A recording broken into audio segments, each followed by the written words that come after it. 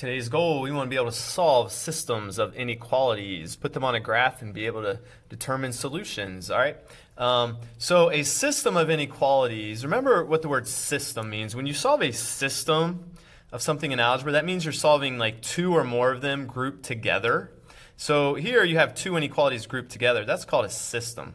But before we can really solve a system of inequalities, I want to focus first on just being able to solve one single inequality all by itself. Now notice this inequality has an x variable and a y variable. So here we are solving this with two variables. So let's look first off at how to graph y is greater than x plus 5. When we go to graph this inequality, we're going to start by graphing its associated line using the form y equals mx plus b. So if I write the number 1 in front of the x, I can look at this and say, well, the m value, the slope of this inequality is 1, and the b value, or the y-intercept of this inequality is 5. And remember, with slope, we typically want to write our slope as a fraction. I'm going to write it 1 over 1. And so here's what we do. We start at the point 0, 5 with a point, because that is my y-intercept. And then we continue plotting points with rise over run. And since my slope, since these are both positive, positive 1 over positive 1, I'm going to go up 1 over 1. And I'm going to continue that pattern for my positive slope. Now remember, a positive slope can also go down to the left because two negatives make a positive. So in the other direction, I'm going to go down to the left, down 1, left 1, down 1, left 1.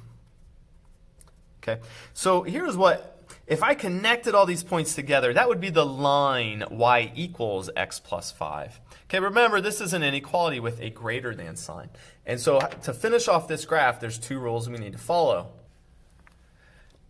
Now the first rule we follow has to do with our line. If our inequality does not have a bar under it, then we're not going to draw a solid line here. We're going to actually draw a dashed line. Now if our inequality does have the bar under it, then we will draw a solid line. Now notice in my example here, the inequality does not have a bar under it, so I'm not going to draw a solid line.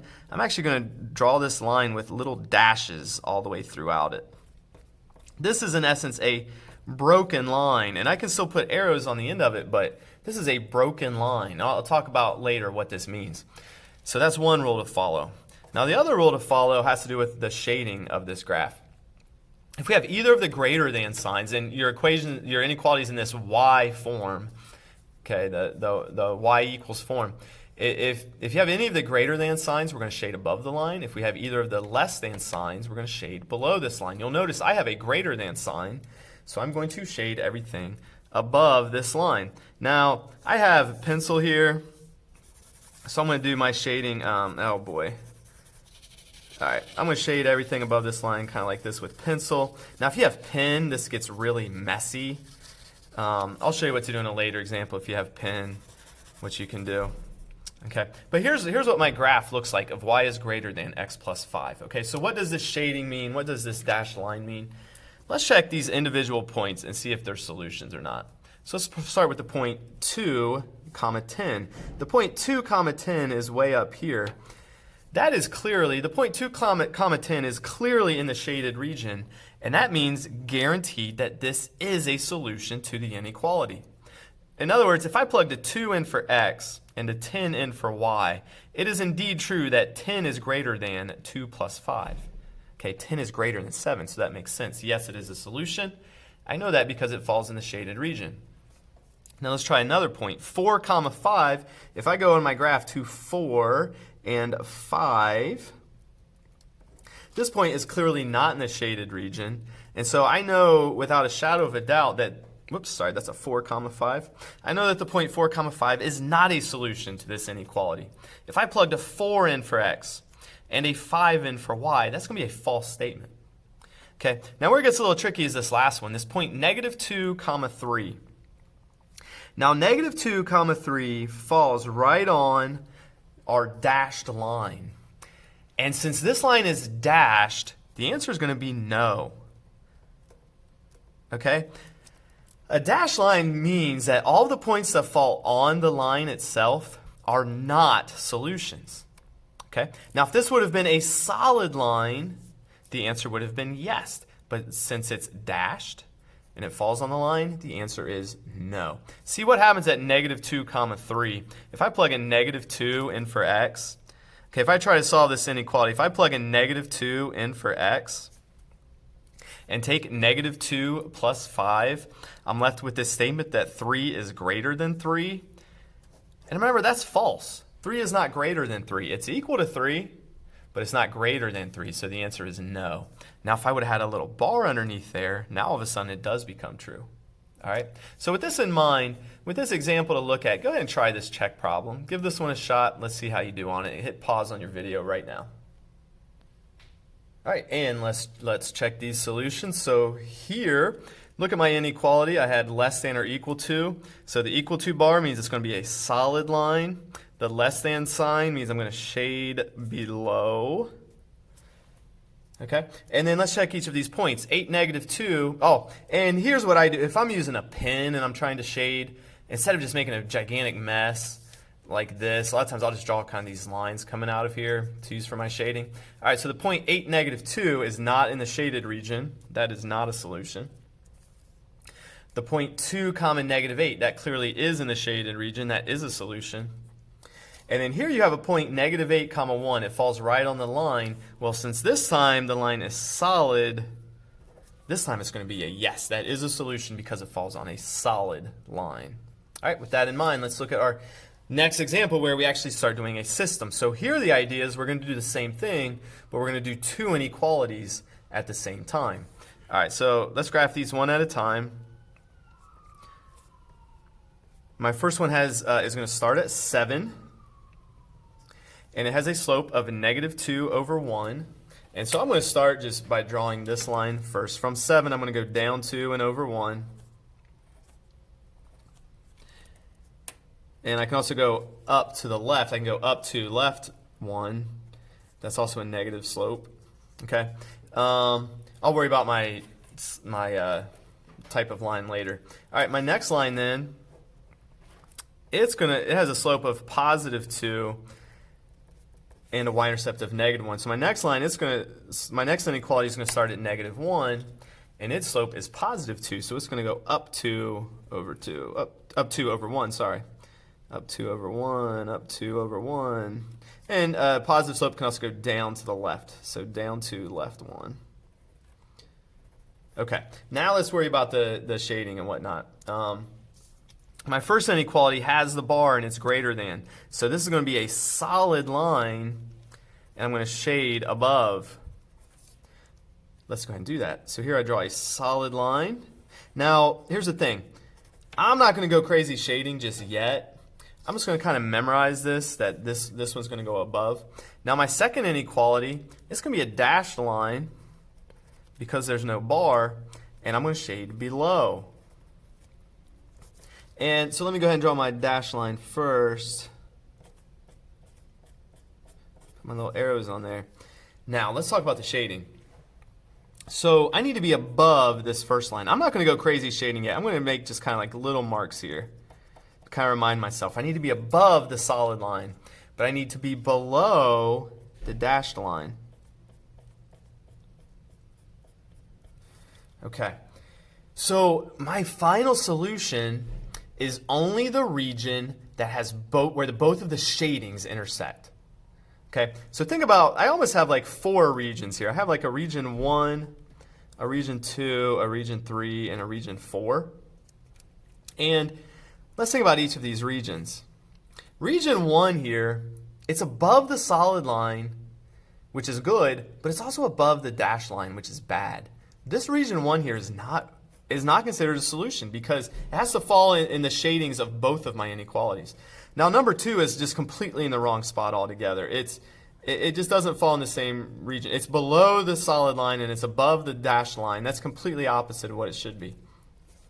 Now region 3 down here, it's below the dashed line, which is good, but it's also below the solid line, which is bad. It is not considered a solution. Region 4, this is the answer. Region 4 is the only region on my graph that's both above the solid line, falls on this side of the solid line, but it's also, it's above the solid line, but then it's also below the dashed line. And so my answer here is going to be this region right here. It's the entire region that's above the solid line and below the dashed line.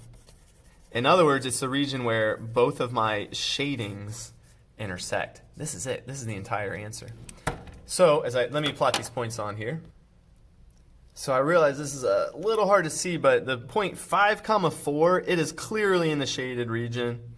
I should say it's clearly in like both shaded regions. It's clearly an answer. -2, 3 on the other hand is clearly outside the shaded area. It's not a solution. 2, 10 likewise. So 2, 10 technically, 2, 10 does satisfy our solid line. It's above the solid line. But it does not satisfy the dashed line. It's above the dashed line. It's supposed to be below the dashed line. So this satisfies one of the inequalities, but not the other. So it's not a solution. The only way we can click yes here is if it satisfies both of these. Okay, 4, -1. Okay, so 4, -1 falls on a solid line in the region, so it's a yes. Whereas 4, 7 up here, it falls like in the region, but it's on a dashed line, so it is a no. Here we have this falls on a solid, so it's a yes. This one falls on a dashed, so it's a no. It must satisfy both of these inequalities to be an answer. So we had 2 yeses. All of the others were no's. In example number 3, I want to show you kind of some special situations that come up quite often. If you ever have an inequality, or an equation for that matter, that only has a y and it doesn't have an x, this is always going to make a horizontal line that has a y-intercept at 0, 5. So what I'm going to do here is I'm going to go to 0, 5 on my graph, and then I'm just going to draw a horizontal line. Okay, if you ever have an inequality with a y only, that makes a horizontal line like this. And so we would shade everything above. It's a solid line because of the bar, and we would shade everything above this. So I'm going to just make little notes here. Shade above this line. Now, on the other hand, if you ever have an inequality that's an x only, this is actually going to make a vertical line, and it's going to have an x-intercept at 2, 0. So I'm going to go to 2, 0 on my graph, and this time I'm not going to draw it horizontally. This time I'm going to draw it vertically. Now remember, this is a dashed line. This line was solid, but this one's going to be dashed because there's no bar. So I'm going to put a vertical line here with dashes. And here, in this case, the less-than sign would usually mean shade below the line, but obviously with a vertical line, you can't shade below this. Here is the one and only case where a less than means shade everything to the left of the line, and a greater than means shade everything to the right of the line. Since this is a less than, we're going to shade everything to the left of the line. All right, and so I think about where these regions intersect. The only region I have here that's above the solid line and left of the dashed line is this region right here. And this might get a little messy, but that's all right. So everything over here is a solution to that system. All the other regions would be not a solution. So, and I did not show that very well. You can see this now, sorry. Okay, so let's check out each of these answers. And these are a little tricky to see, but 1, 7 clearly falls in my shaded regions. 2, 8 is right here. Since it falls on the dashed line, that's going to be a no. But -3, 5 is in my region, and it falls on a solid line, so it's a yes. And then this poor point over here, 5, 1, it's nowhere close. It's going to be a no. All right, so with this in mind, I'll give you one more check problem to try on your own, kind of using this example to help you. Go ahead and give this one a shot. I'll throw the answer up here in a little bit. And here is your solution to that. You can check here and see how you did. And Once you've checked that, all right, we got one last word problem to look at. Here's how you do the word problems. Max sells pizzas. He charges $12 for a medium and $16 for a large. He must sell at least 20 pizzas a day to keep his job. He needs to sell at least $280 worth of pizza each day to keep his job. Let X equal the number of medium pizzas Max sells, and let Y equal the number of large pizzas Max sells. Well, there's kind of two conditions here. Let's look at them one at a time. Max has to sell at least 20 pizzas a day to keep his job. That means if you take, and so we're assuming there's only mediums and larges, okay? That means if you take the number of mediums he sells plus the number of larges he sells, it must be above 20. Okay? Now let's look at the second condition. He needs to sell at least $280 worth of pizza each day to keep his job. Well, remember the mediums are $12, so the money he brings in for a medium pizza would be 12x. So if you take the money he brings in from mediums, 12x, and then the larges are $16. So each large pizza he sells, that brings in $16. So if we add the amount of money he makes from selling a large, this has to be at least $280. Now, let's talk about at least. So here, okay, the first condition, he must sell at least 20 pizzas a day to keep his job. That means that as long as he sells 20 or more than 20, he'd be okay. I actually need to put an equal to bar here. This means that the number can be 20 or 21 or 22 or 23, but the 20 is included. If he hits 20 right on the nose, he's okay. And then anything above 20 is also okay. Likewise with the 280, he needs to make at least 280. So we're going to put the bar here. We need to include the 280, and then anything above 280 is also okay. So we need to see if any of these work. Now, if he sells 10 mediums and 10 larges, does that fit both criteria? And here's how you test this. Okay, 10 plus 10 is indeed greater than or equal to 20.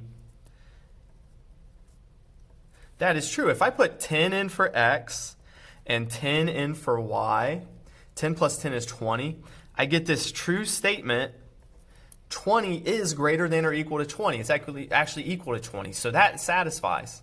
Okay.